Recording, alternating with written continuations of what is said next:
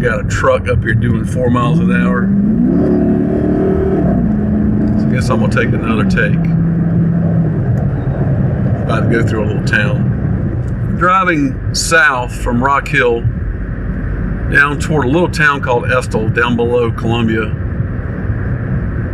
Let's stay there for a couple of days. Hang out with a good friend of mine. He's not a musician though, he's a drummer like me. So we'll have some good times talking about different things. He's got some pretty amazing property we can go wander around a little bit, explore some of that. Kind of started wondering what I saw as traditions and the normalcy of growing up in a small town, rural town in South Carolina back when I was a kid. And I started making a list and going, what was kind of normal. And most of the things that I grew up with are probably not that typical, even in South Carolina, right? Love the Lowcountry. There's not a lot of things there. It's mostly swamp. Good food, of course. Beautiful places, though. Even though the swamp is typically viewed kind of negatively, it's a gorgeous place. The Savannah River and all the swamps that are alongside of it, the Savannah River Swamp specifically. It's an absolutely gorgeous place. Most people try to make it dangerous. It's not. Cottonmouths or water moccasins, what we call them here. Water moccasins are the biggest problem, and you don't see those very often. Alligators really don't mess with us. We grew up with alligators in ponds. They were all named. I mean, we named every alligator, and we typically swam there, even as small kids. The only thing that couldn't go in there was dogs. And I probably had a little bit of a minor meltdown when my kids started swimming in these same places, going, why in the world would my parents be okay with me swimming in a place with a multi-100-pound tooth-covered, reptile? So, but they really, I've heard all kind of mixed things. There's been more and more reports in the 20th century of attacks by alligators on people and stuff. I don't really buy it, but it makes it seem more, I guess, impressive that you go hang out in the swamp and go down and hunt or fish or whatever you do there. So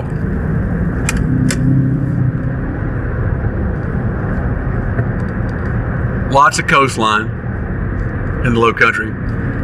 I miss it the most, but there's the fewest number of people on the planet. I think in the Lowcountry, well, maybe besides Kansas and Nebraska, things like that. But it's a beautiful place.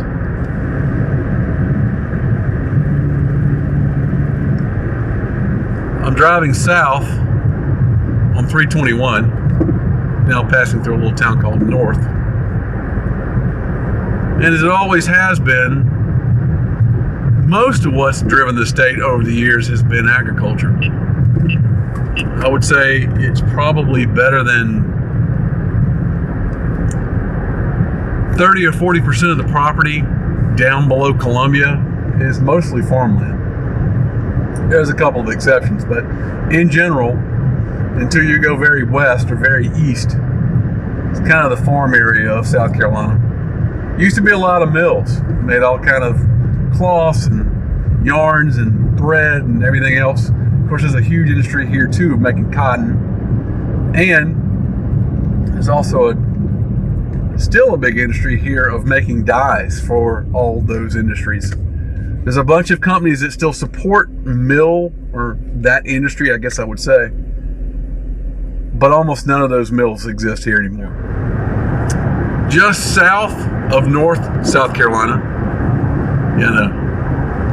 it's a little town called North, is this river that comes through, and it's actually called the Carson, no, it's not called, it's the Estill, excuse me, it's the North Estill River. And there's this really pretty house that I'm going to attempt to get some video of that straddles over the top of the river. There's a little swimming hole not far from here. This is the house that I mentioned. Little A-frame set off in the woods. The house I really want to show you, I really can't get close enough to. That's the one right there in the middle between the carport and the other A-framed house. That one actually sits right on top of the water.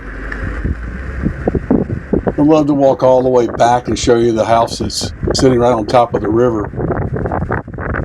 But it's Sunday afternoon. I really don't want to interrupt these people's afternoon.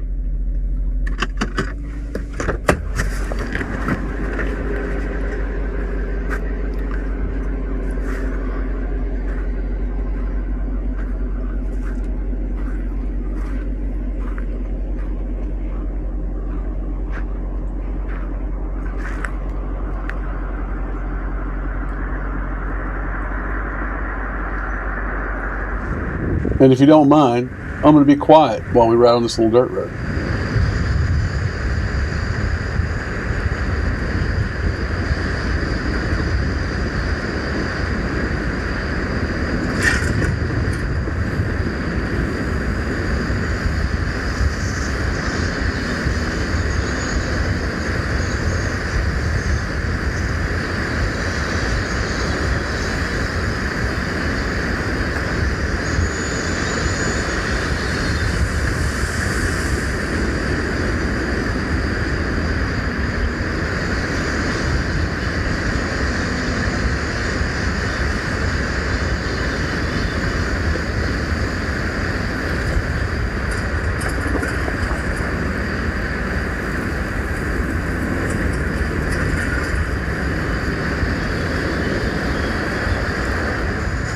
Typical little town here in southern South Carolina, heading down toward Denmark. One thing that you'll notice about a lot of these little towns, they're all named after Germantown. The reason for that is that a lot of the early settlers were German, oddly enough. It's also the reason why we like mustard-based barbecue sauce. Germans put mustard on everything. We didn't know.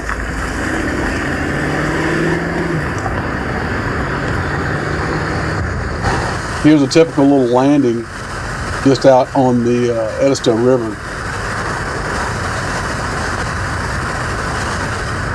Place where you can come drop a kayak in. If you're truly brave, you could actually go drop a John boat out there with a motor on it. See if you can find a couple of stumps on the way through.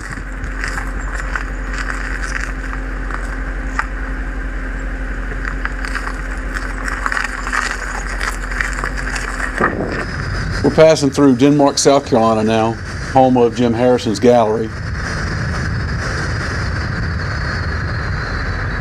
If you don't know who Jim Harrison is, he's very famous for his paintings of Charleston, South Carolina.